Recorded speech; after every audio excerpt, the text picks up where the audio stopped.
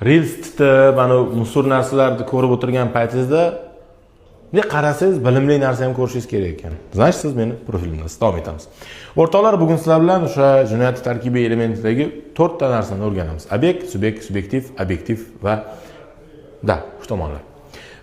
Deylik, obyekt nima o'zi? Obyekt bu jinoyat kodeksining 2-moddasida belgilangan huquqlar, ya'ni umumiy qilib aytganda, huquqlar, qanday huquqlar? Jinoyat qonunchiligi bilan qo'riqlanadigan huquqlar, ya'ni taqiqlangan xatti-harakatlar. Yashash huquqi. Odamning yashash huquqiga qarshi jinoyat qilishingiz uni o'ldirishingiz hisoblanadi va u 97-modda bilan qo'riqlanadi. Bular obyekti hisoblanadi.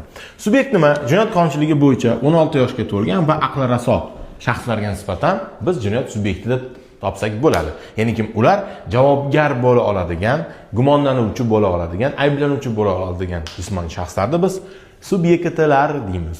Subyektlar 16 yoshda, agar o'ta og'ir bo'lib ketadigan bo'lsa va og'ir jinoyatlar uchun 14 yosh va ayrim jinoyatlar uchun 18 yosh hisoblanadi. Endi subyektiv va subyektiv hamda obyektiv tomonlar haqida gaplashamiz. Obyektiv tomon degani mana huquqni qanday buzilish usuli. Ya'ni siz qanaqa usulda o'sha qonunga zid bo'lgan narsani amalga oshirdingiz? Qanday amalga oshirdingiz shuni? Qanaqa usulda buzdingiz o'sha huquqni? Bu obyektiv tomon deyiladi. Ya'ni usul. Qisqa qilib aytganda. Subyektiv tomon bu motiv.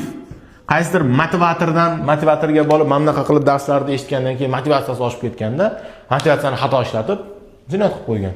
Bu motiv, ya'ni ichki omillardan kelib chiqib qilingan narsalar, bular subyektiv tomon deyiladi. Obyektiv tomon buni tashqi, ya'ni qanday usulda amalga oshirilgani edi. Ko'rishamiz.